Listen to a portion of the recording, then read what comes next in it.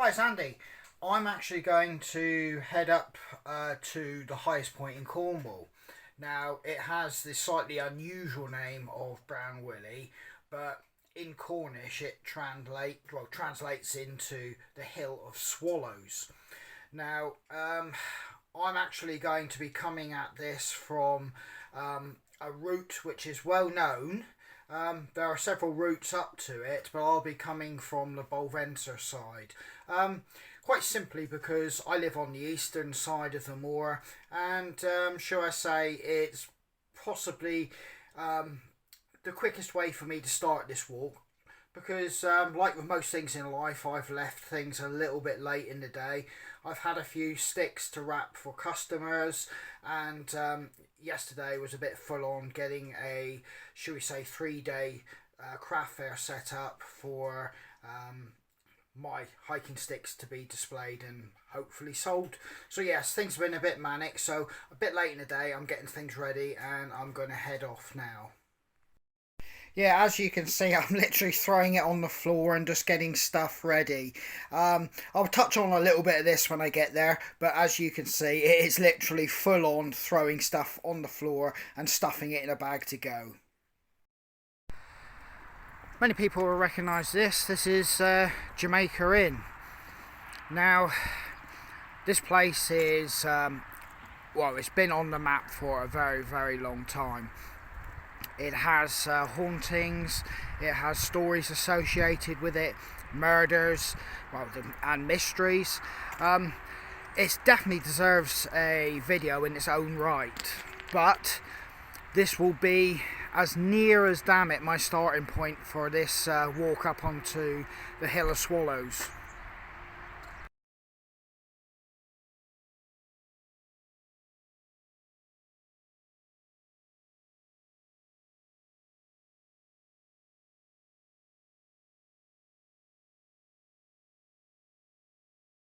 As you can see, conditions have changed from when I left home. It's now a southwesterly wind with mist and fog rolling in off the moors and sea. So this is going to be a little bit more challenging than first thought. Jamaica Inn used to be the waypoint between Launceston and actually Bodmin. Like I say, there's lots of stories surrounding Jamaica Inn. Smuggling, murders, shady deals, but in reality it was a stopover in the old coaching days, because Bodmin Moor used to be quite a desolate, remote place back in those days. That's the A30 down there, and I dare say most people on holiday will come that route. You can hear the noise. Looking out across the moors, you can't even see the high ground because of that mist and fog. Bodmin Moor, particularly this part, is plagued by these conditions due to the high ground and it being damp, peaty, so it holds moisture, and on top of that you've got the closeness to the actual coast. So the air comes in off the Atlantic, rises sharply to the high ground here, and this is where you get these conditions. Yeah, these conditions are worsening by, shall we say, the minute really. Looking over there, you can barely see the first leg of the hike. So yes, conditions like this, I do not recommend anybody unfamiliar with maps, compasses, and indeed experience in hill walking attempt anything as I'm doing here. I've got a backpack, and in that I'll show you what I've got.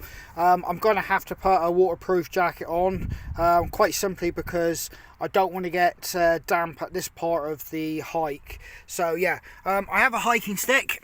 That is an aid for myself. It's proved its worth more than I can say, particularly with wet, peaty, boggy conditions. So that's a valuable aid. In one of my side pockets, something you might not consider, but I have a high-vis vest. Just makes it easy for people to see you should the worst come to the worst. Not mandatory, and I don't think a lot of people would think about putting one, but I do, just simply for that reason. In the top pocket I am carrying a compass, I have a head torch, my reading glasses and a granddad's pocket knife. That's all easy accessible. Obviously I'm not taking a kid's scooter. I do have a drink of Coke. I would strongly recommend you just get a water-based drink, because obviously carbonated drinks can make you more thirsty. I am carrying a flask of hot coffee. Quite simply, it's good for morale, and you know, if the ground gets tough and you know the going starts slowing down, quick cup of coffee, get your morale up, boosts you, off you go again. Inside the main compartment I have a map which is waterproofed. It's slightly older than it should be, this map, but I can still work with it and navigate with it in conjunction with that compass.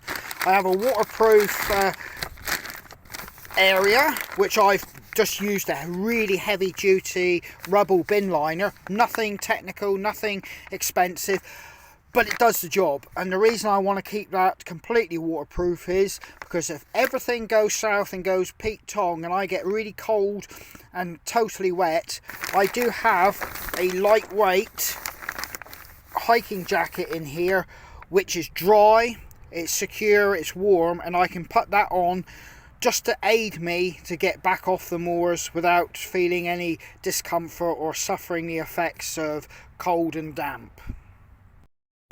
Lastly but not least, shall I say, I do have a set of Gore-Tex waterproofs. I've used these in a former occupation. They do work, they will keep you warm and dry. I rate them.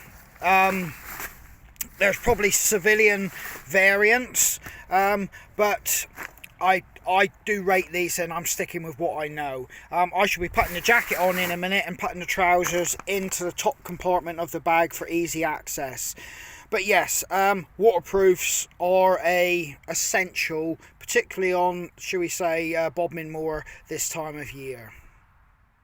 So I'm now heading down a lane, leaving Bolventer behind me, shall I say, and I'm now going to make my way down through this lane till I hit a little track which will take me up into a small little field system, and then from there I can make my way up onto the moor proper. I'm just crossing a small little bridge over a stream that is obviously coming off the moors. You can see that with the vegetation you got here, that this ground is permanently saturated. And looking out across this small depression in the valley, all that field is reeds, rushes, tufts of grass. It is not prime agricultural land by any stretch of the imagination. This here ground is peaty, it's wet and it's boggy. And you can see by the water running down here, it's clear, so it's not peat stained, so that means the water is coming straight off the moor, it's not hanging about. This tree has got lichen and moss all over it, and that is just well, a feature of the landscape here, and all the small windswept trees. That stuff hanging off it, I always know that is old man's beard. As I walk up this lane, I can just now start to see the high ground. I will be turning left into a dirt track and I'm making my way up to the moor gate. Right, I'm on that track. As you can see, the ground is starting to get uneven, and it's still used by four-wheel drives and tractors. But from here on in, you'll need a decent set of footwear, and you'll have to keep your wits about you with your footing, because twisting an ankle, tripping over and hurting yourself would not be much fun or a joke at this point. As you can see, we're nearing that gateway near the centre of the screen there. We will now be entering the moor and we will be on our own devices, as in, well, there will be no direct hard standing footpath to follow. Right, I'm at the gate. You can see the moors in the distance and the high ground there. I'm now going to put my waterproof jacket in my bag, as it's no longer drizzle, it's more of a mist. So yeah, I'm going to conserve my body and not let it get too hot. You've got to kind of regulate yourself so you're either not sweating or getting damp, and that's where cold will set in then. So yeah, always monitor what your body's doing and how you are feeling within this environment. Just scanning around, I started to get elevation. There's Jamaica Inn over there. You would have Havana Woods over there to the left as well. And that's tracking around again on the road towards Bodmin. You can clearly see this is no longer, shall we say, a walk or a destination for somebody that isn't fully mobile, is confident with their footing. It is, shall we say, stones, boulders, water, mud, peat and everything else in between. So I would strongly suggest, unless it's a really nice hot sunny day and you're not confident in the weather conditions that I've got here, do not attempt this walk. It's no point getting or having to call for help if things go, shall we say, south. So like I said, in conditions like this you need to be reasonably fleet of foot, be savvy with navigation, confident in your ability, and come with a degree of preparedness. Now, I could go up there to a small little tour, but I'm not. I'm going to head along here out directly onto the moor. Conditions are quite terrible actually. The ground is just a mire. It's really boggy. We have lost some of that mist and I can see another tor in the distance, but it is hard going now. I'm really having to slog through this ground and pick my foot in. I'm just bringing it around. There will be wind noise because we've been encountering wind now. You can see the summit is shrouded in mist and fog. Bringing it around to the next tour, I will be looking at making my way over the top to that direction and then coming down the back and then summiting Brown Willy through that mist and clouds there. I can't see anybody else on the track, and probably with good reason, but I'm taking everything as I come, and I do know when to call it a day. The ground is absolutely saturated. We haven't had too much rain to warrant it, but unfortunately it is what it is. So I'm going to press on and see how or where I get. In relation to time as well, you've got to take into account your time getting there and back. I've just rounded this summit.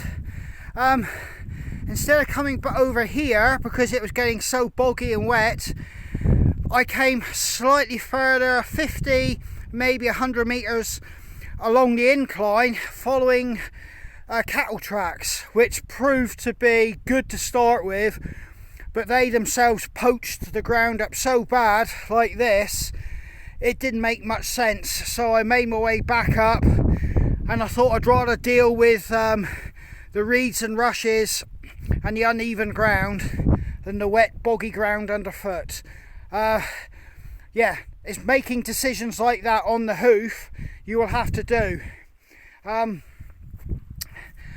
can clearly see now I'm going to follow this track here. It's uneven. You will have to deal with that. There is a gateway and sty, and I'll make my way around the back of that other tor up there. You still can't see the summit of the Hill of Swallows or Brown Willy, but but we're going to press on anyway, and obviously monitor the situation as we do it. Yeah, you can probably see behind me what I'm dealing with, all this here. I'm having to pick my route, and it's sapping my time, and it saps energy from your legs. So any time equations you put on it, mileage or kilometres, you now have to, in reality, start doubling it, and that's before we start hitting inclines. The mist is starting to roll back in off the Atlantic. I can see that in the distance, and to top it off, there's still nobody in sight. I can see over to Bowithick and over to that side of the moor. That's totally obscured. So I've got a little slice in between the mist and fog that I still have visibility. I'm going to press on. You can see my nice luminous hoodie. Hopefully somebody will see that and come over and have a cup of coffee with me. But as I said, I haven't seen anybody, and I think it's unlikely up here today. I've hit my next waypoint. I'm going to get through here and continue tracking up on the right hand side of this gate. I will at some points have to be walking along that wall because this ground, as I know, even in good days, can be flooded.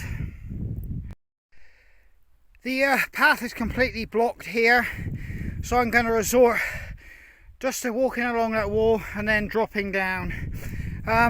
It's completely blocked. That is deep. It's sort of like just below knee deep. I don't really want to get wet. As you can see, that mist has come in with a vengeance now. I don't have no more than, should we say, 30 metres visibility all round. But yeah, I'm still confident, and I'm going to crack on. Well, I know directly in front of me in that mist is the Hill of Swallows, Brown Willie. I know I do have to make it down there a bit further so I can gain access to turn to the left to get towards my, shall we say, ascent to the summit of it. But you can see how desolate and open and windswept this place is. One thing you do want to bear in mind in these wet conditions, you do not want to be heading too far down into these valleys here or depressions. I have a story and I will tell you about it later on, but shall I say, the water sometimes collects there and it doesn't drain freely. Now that'll give you an indication of what my story's about, but I'll tell you that later on. But yeah, always try to stay just a little bit on the uphill of those depressions. Well, I've got the waterproof jacket on again. It was getting a little bit damp. It's not just fog now, it's mist. You can see I'm surrounded by great big hills and depressions. It is really, it's all inspiring being out here. Behind me here is the Hill of Swallows, or Brown Willie, take the name you want, which suits whatever mood you're in. But it's a shame you can't see the actual top of the tour.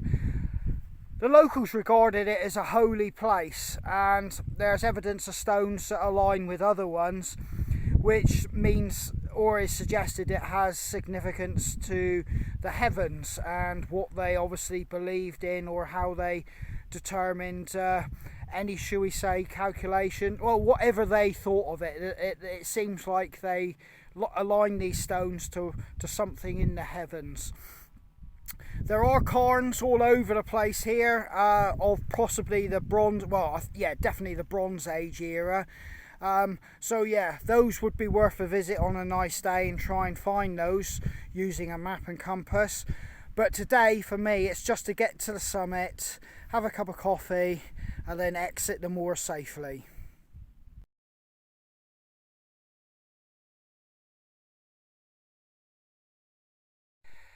It does look quite ominous now. There's no wind. I'm on the lee side of the tour, and it rises quite sharply. so I'm not being affected by wind. But I've got to get up there. But first I've got to scramble all the way up through. It will get steep, slippery, and with rocks to contend with. That is another high point over there, but that is where the trig point is. So I'm going to crack on. You can probably hear it's burning a lot of energy this at the moment. You can't get away from it. It does feel kind of, in these conditions, very spiritual and yeah, a little bit foreboding. But like I say, our ancestors, the Celts, believed this was a holy place. Maybe they had something about it, or there was something in it, I don't know. But anyway, I'm making my way to the top. You can see how steep it is now. Whoa. That is a serious angle to get up, and it's slippery. Right, I'm going to not do any more filming until I get to the top. Whoa. Right, I've just scrambled up. You can just see the trig point off over there. I'm going to make my way over there. You can see if I turn around another point of elevation there. I'm not going to make my way to that one. I'm simply going to do the trig point, catch my breath, and then scamper down. It's fast approaching 2 o'clock. It's probably an hour and 20 minutes in good conditions if you're taking a nice leisurely one. Due to these wet conditions, I'm pushing 2 hours, so I know I need to be getting off the moors by roughly 4 o'clock. So you can see the time scale I'm working with. And obviously you've got to take into consideration, should you put an ankle out or twist an ankle. I'm not planning on doing that, but you should always have a little contingency in the back of your head should something like that arise. So I'm going to give myself enough time. So I'm going to go touch the trig, smile about the fact I got here, and basically why didn't I wait till it was a clear, nice, sunny day. But hey, that's the power of, shall we say, motivation and wanting to get out and do something. But hey, I'll see you on the trig point. There you go. It's coming into view now. And obviously with that, and I'm coming over the lee side, we now have the wind to contend with. There's a little rock pile which is extending further than the trig point. That's just something that gives you the impression it's that little bit taller. Now this is really loose stuff here. It's like I said, you don't want to get this far and put your ankle out. Sorry about the wind noise, but whoa. Here we are. There, I'm here. Whoa. There is no view. I don't think we expected that anyway. 1,378 feet in elevation above sea level. Yeah, and I'm beginning to get battered by the wind. Right, it's time for me to think about retiring back down. Let's keep things safe and let's keep things moving. I've got a feeling there's probably more wet stuff due to arrive, so yeah, like I said, crazy. When I left home, I could actually see Brown Willie in the distance, reasonably clear skies. So this is why you always come prepared. Conditions like this can just happen. Although I do know this was about to happen, but not quite so quick. I'm on the lee side of the tour descending now, but I just thought it'd be worth saying that there is archaeological sites up here, cairns and the like, and rumours is there is one that's been unexcavated and it's supposed to be the resting place of one of the ancient Cornish kings. Is that true or not? I don't know. I might do a little bit more research into that, but that is one of the stories about Brown Willie in any case.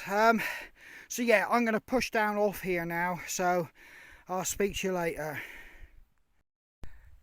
Conditions are possibly 50 metres all the way round, no visibility, no orientation to direction. You have no, shall we say, well, there's no, the wind has dropped off. I can't find where the actual sun is coming from. It is, this is why navigation and taking an aid with you is critical. Don't ever let anybody talk you into just even coming up on moorland without any form of navigation. These conditions happen, you're stuck, particularly if things start to go bad. I know I've said it before already, but yeah, always have some form of navigation. Luckily I do, and I have a fair general knowledge of where I'm going. But if you were doing this on the cuff and on the hoof, you might not be so lucky. Right then, getting to that story I was going to tell you. I came up here on an absolute cracker of a day. I'd done everything I needed to in the morning, and I got up here, made the walk out, got to the top of the tour, sat there drinking my coffee, thought the world was fantastic. Time slipped by though, and I then realised I was, shall we say, having to get home to do the school run. The result was bit of a panic, bit of a, right, I got to get out of here.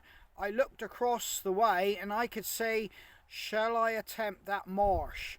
If I go through the marsh, it's a direct route cutting all that path that I've just walked out. Now, I'm experienced with marshes and things like that. I've been around it all my life, and I'm fully aware of the dangers. I'm fully aware of how to negotiate them and the likes. But that didn't stop me running into problems. Like I said, as I came down off Brown Willie, made my way down into the marsh, I could see a body of water. So I knew instantly that that marsh wasn't free-flowing draining water, it was retaining it. So I knew that basin was going to be wetter than, shall we say, an average marsh. Now, as I got in, my suspicions were confirmed. I was beginning to trudge through water. I was disappearing up to my knees. The baby heads and that weren't as firm. There were vast patches. I was using my stick going into it, and I was disappearing up to, should we say, a foot off my hand. So I knew that it was deep water underneath that vegetation. I did stop, assessed it, and thought, shall I go back? But obviously my mind was saying, time, get on. So I pressed on. In the end, cut a long story short, I was actually in some places going up to my bum deep in water. I'm 5'7", so I'm not tall, and you're instantly going to say, oh, that's not deep. But it was marshy, claggy. It wasn't just going through vegetation into water. It was, the suction on it was quite horrendous. If I'd had both legs in that, I could have run into some serious trouble, i.e. I wouldn't have been able to self-recover and then get out. The fact of the matter is, I only ever had one leg. I was aware when I'm moving over this, always keep 3 points of contact at a point where you do not have to put them in where you're going to be moving to, shall I say. You don't want to be jeopardising both legs on that same move, that they both end up being in a position you can't self-recover. I.e. a hiking stick is fantastic for this very purpose. But anyway, I did make it through, completely wet, completely drained of energy. almost broken, shall I say, by the time I got out, and I still had to climb over a tour to get back on the track to head on back down to where I'm going now.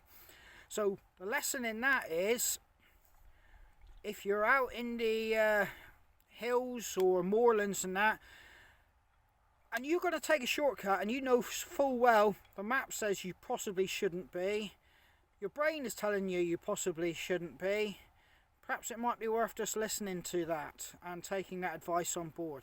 The human condition of, shall we say, I can do it, is quite something to suppress. But yeah, just 3 weeks ago I learnt a valuable lesson.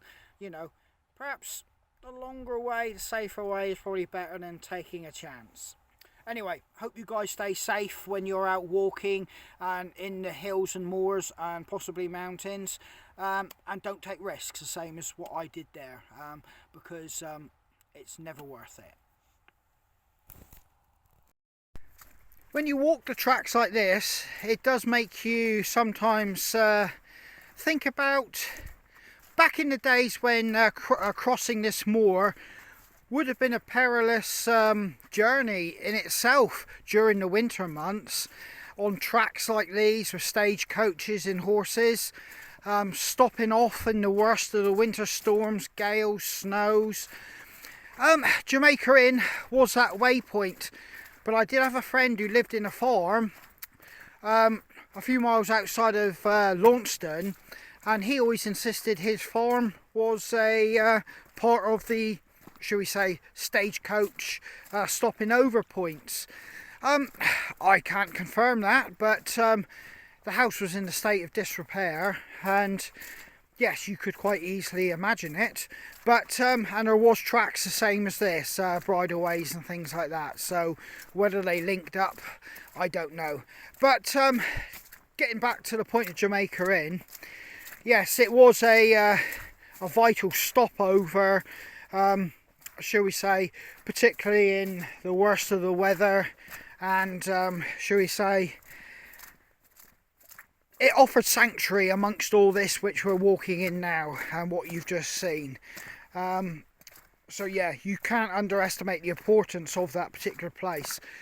But obviously it came with the issues of, shall we say, robbers, thieves, shady deals, murders. Obviously it was frequented by locals as well, and the farming community and mining communities around this area. But yes, Jamaica Inn has a rich history, and I will possibly do a video about that at some point. But yeah, as I walk back to the car, I'm thinking about these conditions and what it would have been like all those hundreds of years ago, crossing the moor as a traveller. Yeah, I'm back home. I'm going to get all my stuff sorted out and sort of like stored away, dried and everything like that. I'm wet. I've picked up a slight little limp. I don't know where that came from. And that's just from sitting in the car coming back home. Whether I've just got cold and stiff, I don't know. The thing I would like to point out with that, those conditions were not the conditions the average hiker should be attempting something like that. I have to stress solely, I'm competent enough to be up in those conditions. I know there are plenty others and people more qualified than I am, and they might be smiling and sort of like thinking a little bit, you know, that was nothing. It is, but having said that, you know, it is not worth risking yourself. If you're just a casual walker, you like to walk in the nice conditions and everything like that, be able to see where you're going, know where you're going, you know, please do not follow or do anything I've done here. It was roughly about 7 miles, 3.5 out, 3.5 back. But like I said, because it was so boggy, it was sapping my energy, and I was continually having to go around the block. You know, it was never a straight line to avoid puddles and everything like that. And when I was in boggy ground, it was really draining and hard underfoot, because all the pressure you usually put down, which propels you forward, was just being sapped away as it was sliding and sinking into the ground. Yeah, so you have to bear that in mind.